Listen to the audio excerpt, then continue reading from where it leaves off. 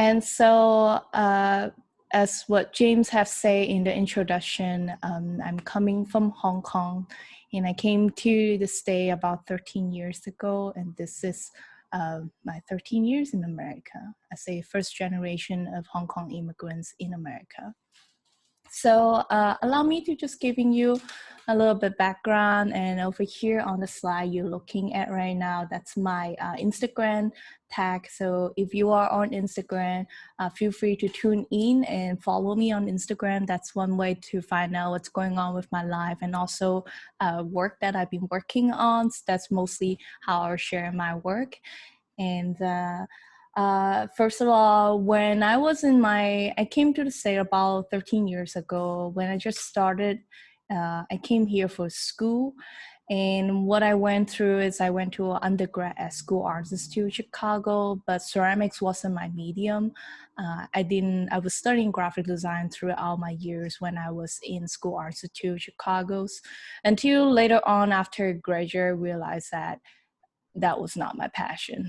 Design wasn't my passion, but I really find myself quite sick into the ceramics world, where as a lot of you guys might started with knowing ceramics is always start with the attraction of pottery wheel, and how that gave you a satisfaction as a makers of able to make something that could be with hole in your hand, and that kind of feeling never goes away. And I hope you guys all can imagine that first cup that you made, or that first object that you made. It gives you that incredible feeling of fulfilling as the object makers. And that's what I did, is that I look for places where I can continue enrich my knowledge of ceramics. And that's when I find my first clay family home, which was at Seward Park Clay Studio. And some of you guys might know where that is. It's also located in Seattle, down in the south of Seattle, next to Seward Park. So I spent years there as apprenticeships and as well as a work study. And I learned lots of different things from instructors. And that's how I got a lot of my education of ceramics through the small studio right next to the Lake Washington, down in the south of Seattle. And later on, because of being at Seward Park Clay Studio for years, and I took another year off and going back to Hong Kong and work as an educator for K-12 children, particularly in ceramics arts. And I was during those years that when I wasn't in school, I was able to fulfill a portfolio and apply for Rhode Island School of Design for the MFA program in ceramics. Sooner after I graduated from the Rhode Island School of Design, I also got into a long-term residency at Algebra Foundation and spent 2 extremely cool years in Helena, Montana. I would say that those 2 years was a very rough years for me, but that's something that I also and was able to build up such a big amount of inventory of work, and it built up that momentum for me when I got into my next residency, which was at Pottery Northwest. I believe everyone missed this building, the facade of this building, quite a lot, because currently being covered by different constructions fans, and I do also miss this phase of pottery.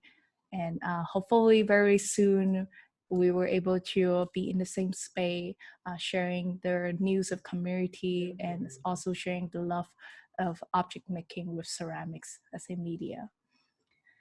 And since I was joining Pottery Northwest as a residency program, I also obtained a part-time job as an educational guide at Wing Nook Museum.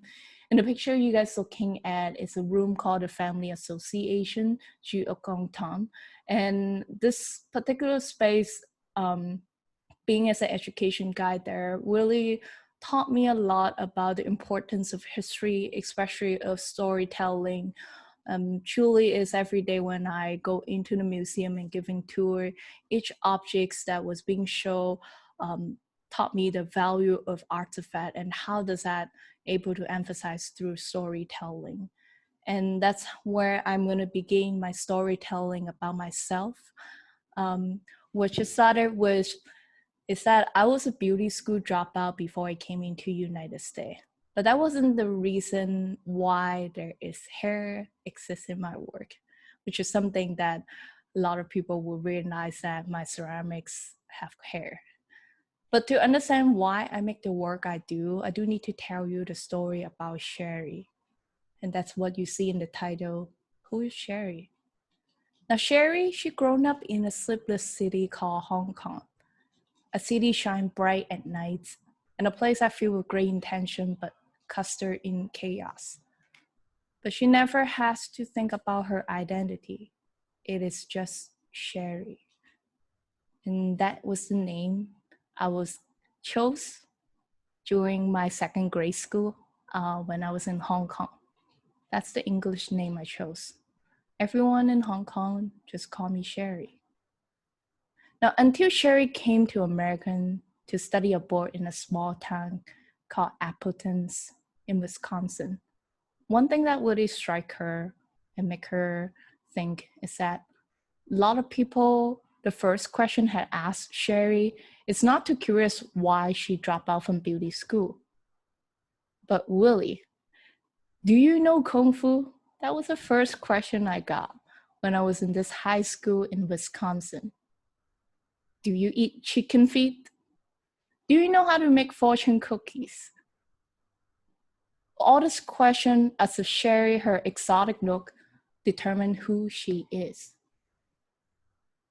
So who is Sherry? Sherry is an outsider, a quiet observer, and she revealed those questions and authenticity that did not even belong to her in the beginning. Sherry has always been stereotyped.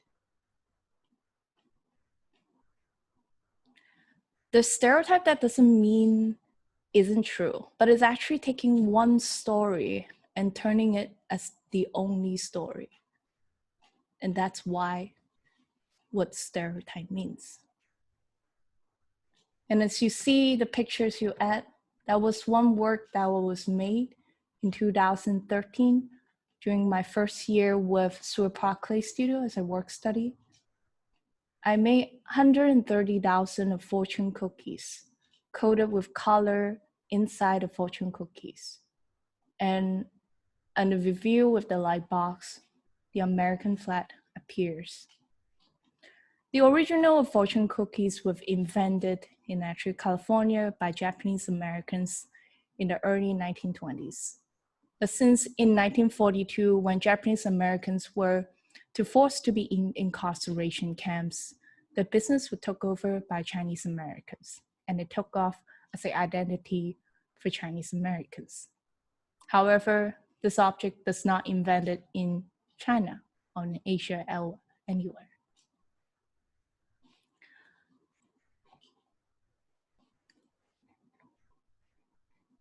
Now, every time when Sherry introduced her name as Sherry, everyone raised their brows.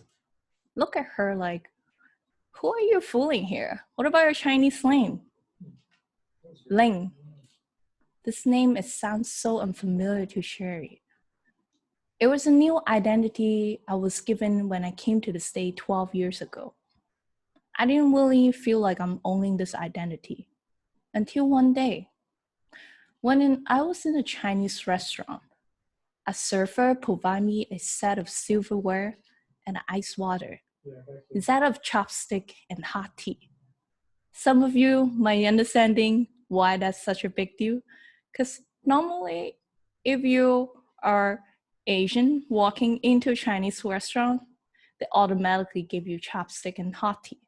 And if you are European American walking into a Chinese restaurant, they automatically give you silverware and ice water.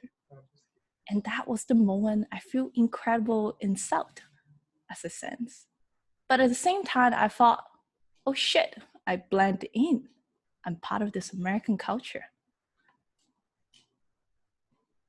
And here comes Ling, her story began.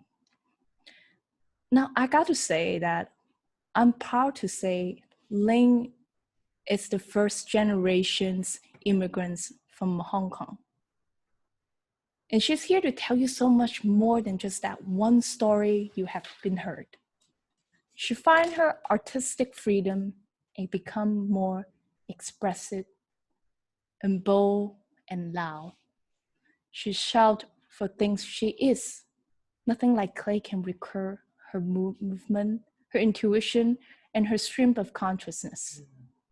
It responds to her gestural expressions. And the work you guys are looking at are the work when I had that feeling, and it's beginning to evolve with my work with more color, and the form have become more and more abstract.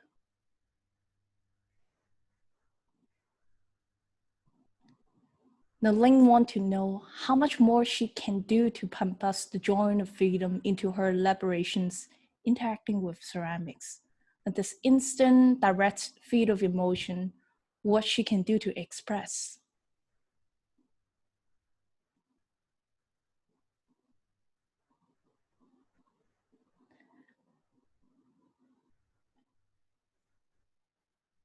In this work you guys are looking at are from Tashiko Takiesu. It's one of the female Japanese-American potter that I'm very looking to her work, especially her expression of glaze into the surface. It has such a strong presence to the work itself. And that's exactly the gesture express I wanted to present on my work. I must act fast and intuitively to ping on the surface of the clay. The glaze run with gravity, dripping the moment it touched the hot clay surface.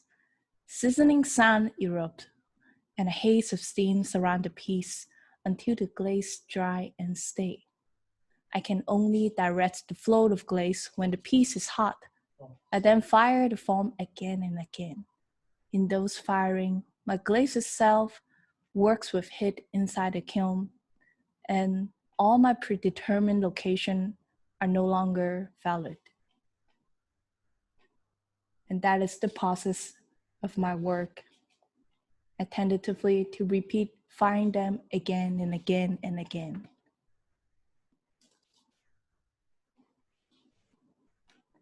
The long suppressed anger and cultural expression from Sherry combust into Ling ceramics form and become their playground for glaze. Literally, Ling's become a theater director, a set designer, and glaze are her actors, where the movement of the material is her medium. And Ling has a drive, a lust, and a greed for color. And one of the things a lot of people ask me, where do those forms come from? What is your thought process? Have you ever made any sketches? And one of the things that I always love to do is to premeditate of things and feeling. And when I think about form, I'm not necessarily having them as my first thing to be thought of, but really, glaze is what I find it fascinating. I see my glaze as an actor, and I have a pre-written script for those actors to be added. And depending on what kind of action those glaze can do, I designed the stage where the form of the ceramics came from, allow them to drip, to crawl, to crack, or even to fall. Even though we look at ceramics as the mediums of permanency and the weights of immobility, now in linked desire, her desire is to bring this quality of lifeless into the media through using the pop color, turning her gesture and action into a celebration of event of making. Now, Ling doesn't hold back some of the shame suppressed memory from Sherry as a beauty school dropout. And here's where Sherry's dream come merging into Ling's work.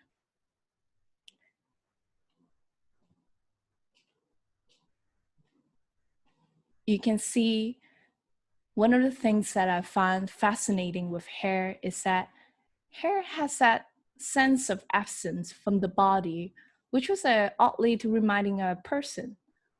Um, and I can see that the strange sensation has an uncanny value of a hair fascinating me to putting juxtaposed with my identity as Sherry. It's familiar yet unfamiliar.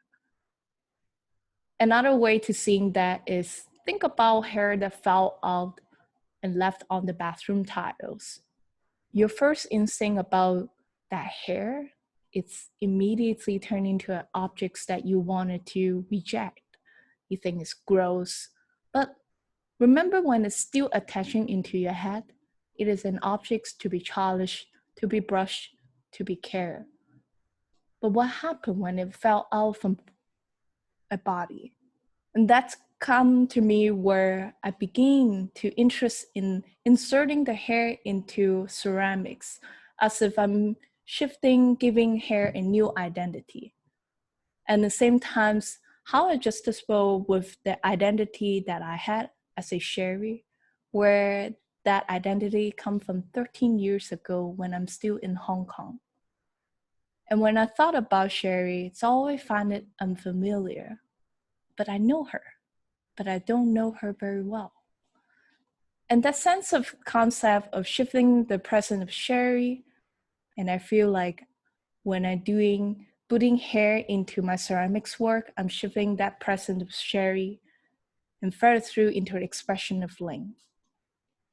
Now Sherry speak her heart through Cantonese, but Ling expressing in the language of arts where she only learned it through English. Because of seeing those two together, everything become abstract, where no sound of language to be heard, but the action of expression collides together. But suddenly, the name game isn't important anymore. I am who I am. I neglect all the label I was given, like I neglect the shape and the form, the common use of the materials. I make odd sentence with random invented words. You can call those broken pot, not ceramics, just like my broken English. But to me, they're my perfect language. I think in English. I feel in Cantonese. I know so much more of feeling are untranslatable to my thought.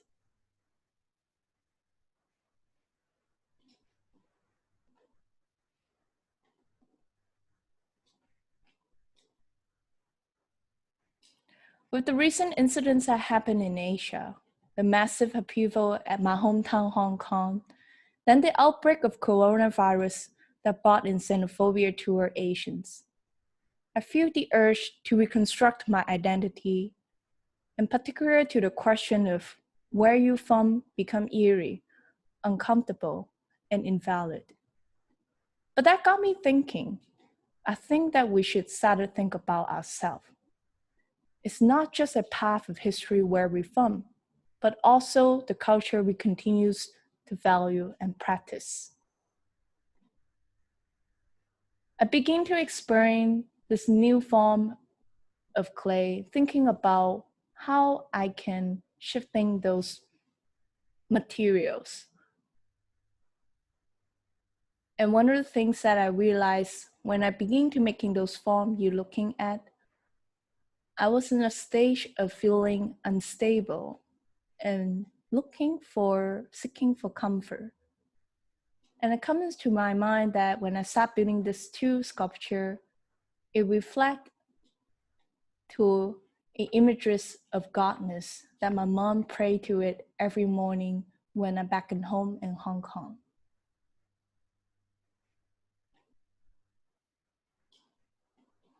And that's one thing that I begin to really fear.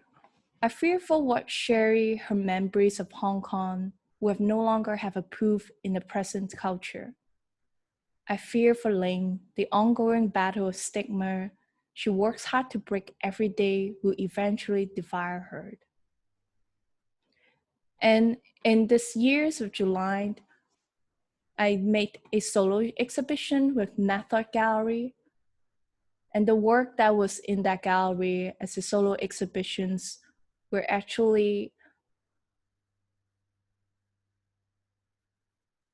to Ling, and I want to share a quick video with you guys.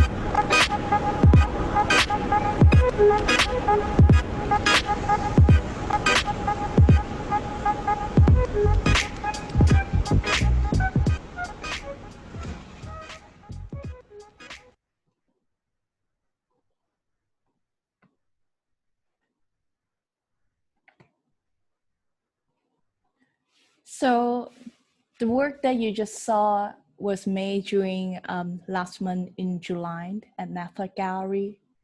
And those are the work, a conclusion were basically my feeling of longing for home and also those memories that I had about Hong Kong. And I just wanted to use my ability to preserve those good memories that I have about Hong Kong.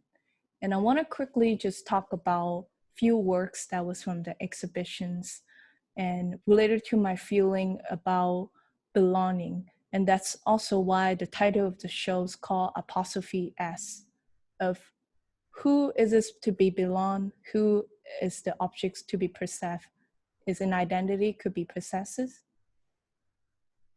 And the work that I'm continuously exploring is things that will shift with the environment.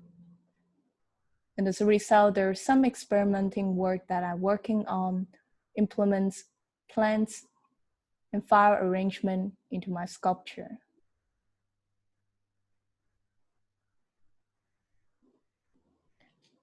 And it's the solo exhibition Apostrophe S that you guys saw right just now in the video.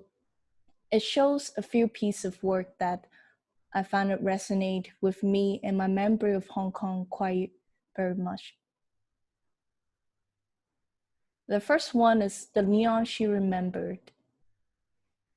And it's a totem formed of the 3 pieces of ceramics, including the use of neon lights, which was something that I always miss during my time at Hong Kong, which is also something every time when I close my eye, I'm thinking about home.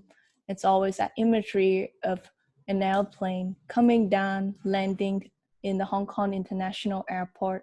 But the first glimpse you see is the vivid light scenes of Hong Kong with all neon light. As we all know that neon light is slowly replacing by LED light. As part, I feel the urge to learn this medium as my way to record those feelings into those light where I know the shelf life of neon is only lasts for 17 years. And this picture is as ironic as it is, since COVID has hit all of us life, most of our things exist in the screen. And that's another thing that I keep thinking, what more we can do as an artist. And here I'm sharing a work from a Hong Kong artist called Little Thunder. And her work is always exists with Hong Kong culture, particular things that you haven't It's have been slowly dying in culture, especially those handmade, beautiful signs you will see on the street. Signed is another installation work that I did during my solo exhibition at Method Gallery. It's a structure of 3 panels and 4 neon lights onto the structures. And you can see at the back, a lot of them are inspired by how streetlights were being hung in Hong Kong. And especially the structure that you see over here where my cursor was showing, that's the structure that lots of neon light were being hung with this crossbar support. Again, this work is a photographer from Ling, which is a colleague of mine, acquaintance of mine in undergrad, where we both studied visual communication design in Chicago. And you can see with her work, those are the crossbar imagery that I found. And again, here, each of the little piece of circle that you see is actually indicating with Chinese calligraphy, or when I was young, I studied Chinese calligraphy during the summertime at the summer school. All I remember is almost 7 to 5 o'clock every day. I practice with that one stroke to understanding how that one stroke can have harmony with another stroke exist in the same space. It got me another memories of what Sherry have of Hong Kong is that she remember Hong Kong's under the language of traditional Chinese. But slowly, lots of the language have been implemented with the simplified Chinese. Sometimes I wonder how much I could use to it from seeing this language that I used to grow up with and slowly changing. When I'm making this piece of work, I thought about Chinese calligraphy, how whenever we practice writing a word, it's always come in a group system of a cube. And again, thinking about how language of traditional Chinese slowly turning into simplify. And I started to rethink how does all the stroke being, how can we reconfigure and find harmony again in this chaotic world. Again, each little piece that's sticking out from the sphere are representations of a deconstructed stroke from the characters.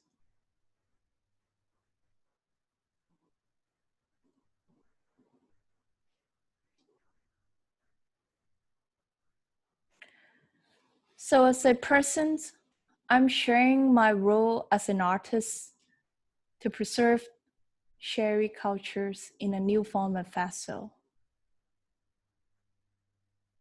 In the present, I'm sharing my role as an ancestor to find a place for Ling to speak and stand. In the present, I'm seeking for identity that can constant shift and change with an environment. In the present, I'm seeking for identity that no longer restricted by the past, but defined by my intention. We all are entering into a space where things are impermanent. We don't know what is holding us in the future, and everything can change in any moment. And which was quite opposite of what ceramics has been labeled. But that's the new language I'm determined to create and tell the world who is Sherry. And thank you guys very much again to showing up at this artist talk.